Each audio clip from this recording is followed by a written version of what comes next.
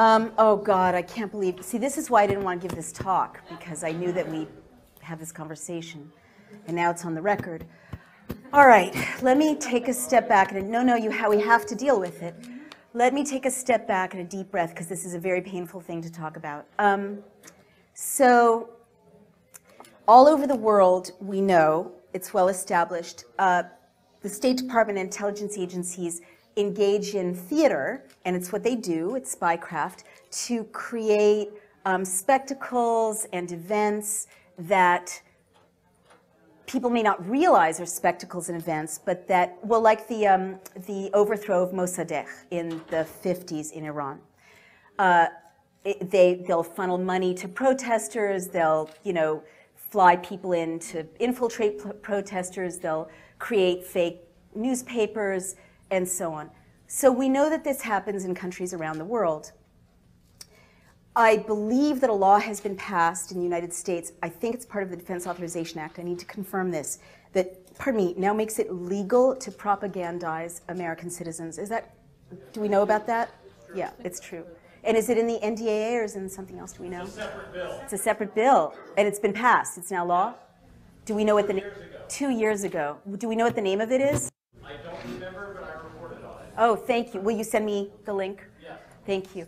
So what this means is, and I, as a journalist to say these words, just, I can't tell you with what a heavy heart I say them, but we've entered an era in which it is not crazy to assess news events to see if they're real or not real. And in the United States as well as overseas. And in fact, it's kind of crazy not to.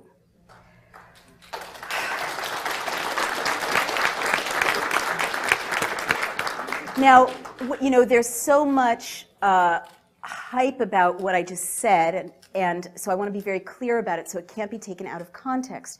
There's pardon me, this kind of reflexive vilification of anyone speculating about that because they become a conspiracy theorist, right? Well, just bear with me. I've often thought about this because our intelligence agencies, I respect spies. I mean, who are doing, like before it got out of control, I believe we need intelligence. I believe we need intelligence agencies. I don't think there's anything dishonorable about being in the intelligence services if you obey the Constitution and the law. But all over the world, our intelligence services are engaged in conspiring to create outcomes. That's their job. That's how they're successful. So now that it's illegal to propagandize in the United States, it doesn't surprise me that there's more and more products coming up in popular culture, more and more events in the news stream that seem to be, to my eye, to be subsidized. Let me give you some examples of that. I'm not talking about Boston right now. I'll get to that. We also talked earlier about infiltrators, right? And how they provoke violence. This is well established. So if we know that infiltrators by the police, NYPD, they've been documented, or other police forces, dress up like people they're not and provoke violence, why is it unthinkable that there might be spectacles that might drive an outcome in the news stream? Let me give you a couple of quick examples. And all I'm saying is we, unfortunately, and I have to say this to my fellow journalists as well, we've entered a time in which we need to be very skeptical about the news stream and look at it critically and ask for more verification and more inquiry.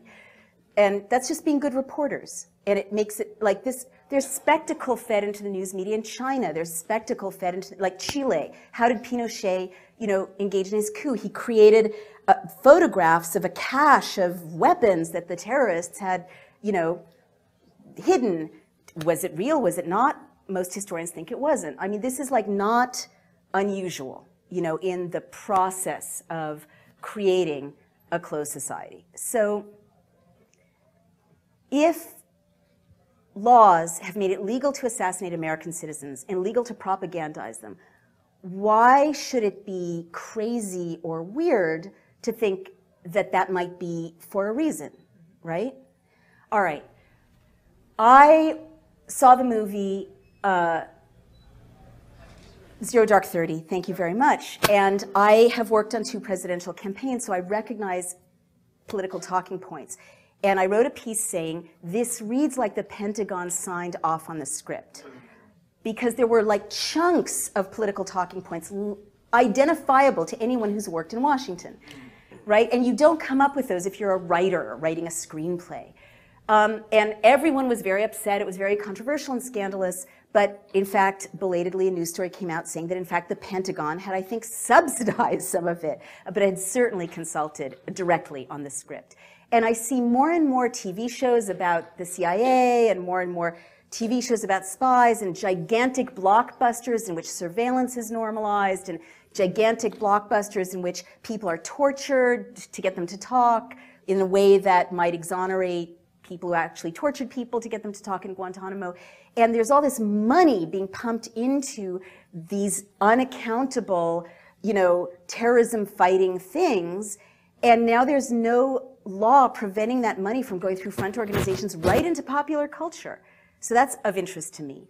And so another thing I want to say, and there's so many people waiting to ask a question, but I just need to say this, is I'm skeptical of certain news events that seem more theatrical than the norm, or I want to ask questions about them. Because I was in CNN once recently, and they were reporting a story about a water skier who had been decapitated on a lake between Mexico and the United States, and it had something to do with a terrorism threat.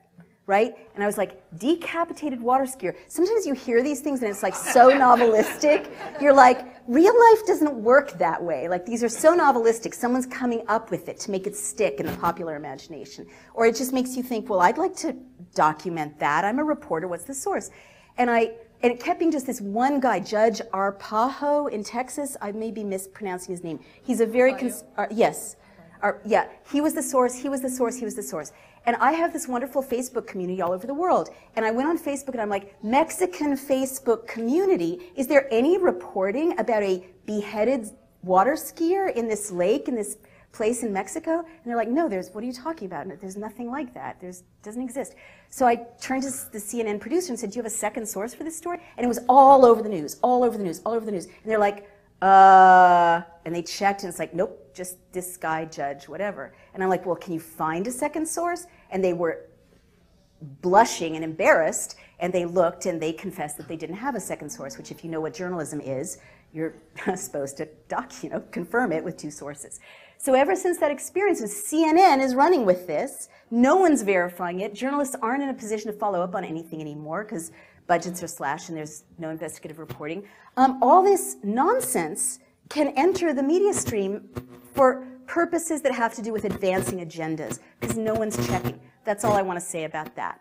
Can I take more questions? So Boston, I guess my feeling about any of these things is let's investigate. We need to investigate. We need to ask better questions. We need to interview the doctors at the hospital. We need to interview the victims. We need to, get all the footage ourselves. We need to train citizens to be journalists and to have websites. And I'm busy building one as a startup where citizen journalists can document events so that we're not leaving it to the gatekeepers. Yeah. That answer your question? That wasn't your question. I'm so sorry. All right. Thank you so much. Yes, sir. Suggestion and a wish for you. Thank you. We're all